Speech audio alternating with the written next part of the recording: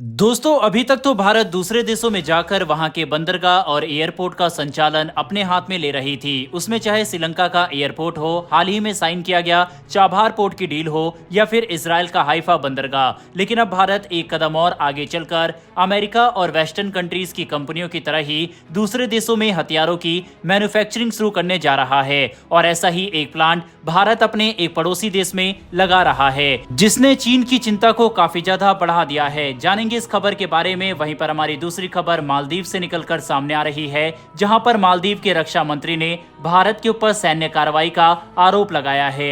ये खबर भी काफी इंपॉर्टेंट है, क्योंकि अभी हाल ही में भारत की तरफ से मालदीव को सपोर्ट किया गया था और अब एक बार फिर से मालदीव से इस तरह के स्टेटमेंट सामने आ रहे हैं। दोनों खबर के ऊपर डिटेल में बात करेंगे, तो चलिए बिना समय गवाए स्टार्ट करते हैं इस वीडियो को। दरअसल पिछले कुछ समय से भारत और श्रीलंका के बीच में लगातार व्यापारिक रिश्ते बढ़ रहे हैं। दोनों देशों के बीच बंदरगाह, एयरपोर्ट जैसी कई बड़ी डील हो चुकी है। इसी कड़ी में अब आर्थिक तंगी से गुजर रहे श्रीलंका ने भारत के साथ एक और डील पर जोर दिया है। इस डील में है कि भारत श्रीलंका में अब छोटे हथियारों की यूनिट लगा सकता है। रक्षा सहयोग को देखते हुए भारत के साथ श्रीलंका लगातार संपर्क में है। इस बात की जानकारी श्रीलंका के रक्षा राज्य मंत्री प्रेमिता तेनाकून ने दी है। उन्होंने कहा है कि श्रीलंका एक छोटी हथियार मैन्युफैक्चरिंग यूनिट स्थापित करने के लिए भारत के साथ चर्चा कर रहा है। इसको लेकर भारत सरकार के साथ बातचीत जारी है।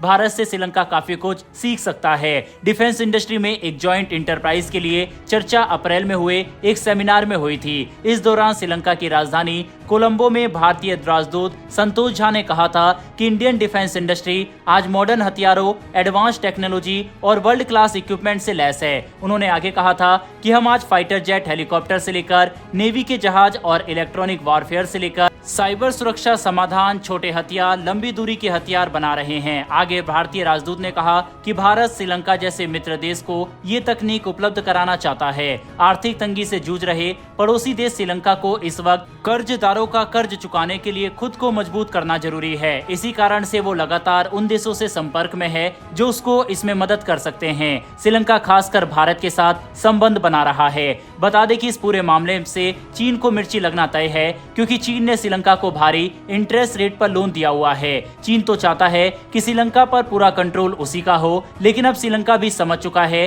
कि कौन उसके साथ है और कौन नहीं। दूसरी ओर भारत के स्वदेशी चीजों का डंका बजने लगा है। दुनिया के बड़े से बड़े देश भारत का लोहा मान रहे हैं। विकसित बनने की ओर बढ़ चले भारत को रोकना इस वक्त मुश्किल है। श्रीलंका के देश में भारत अगर अपनी यूनिट बनाएगा तो भारत की अर्थव्यवस्था में काफी इजाफा होगा और साथ ही मेक इन इंडिया प्रोडक्ट को भी बढ़ावा मिलेगा।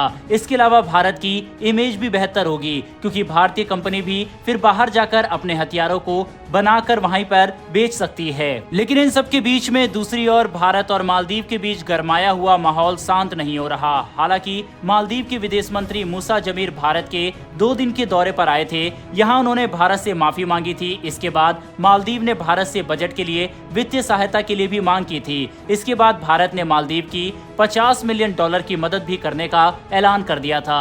लेकिन अब एक बार फिर से मामला गर्मा गया, क्योंकि मालदीव के मौजूदा सरकार के रक्षा मंत्री घासन मेमून भारत पर बड़ा आरोप लगाया है। रक्षा मंत्री ने कहा है कि 2019 में भारत के सैन्य पायलटों ने मालदीव में बिना परमिशन के एक सीक्रेट ऑपरेशन किया था। प्रेस कॉन्फ्रेंस में रक्षा मंत्री ने कहा है कि 9 अक्टूबर 2019 को भारत के ALH प्लेटफॉर्म ने इलीगल लैंडिंग की थी। थिमारा फुशु शहर में भारत ने एक सीक्रेट हेलीकॉप्टर की लैंडिंग की थी। संसद ने भी ये मामला उस वक्त उठाया था। रक्षा मंत्री ने कहा कि उन्होंने नेशनल सिक्योरिटी सर्विस की कमेटी की रिपोर्ट भी देखी थी।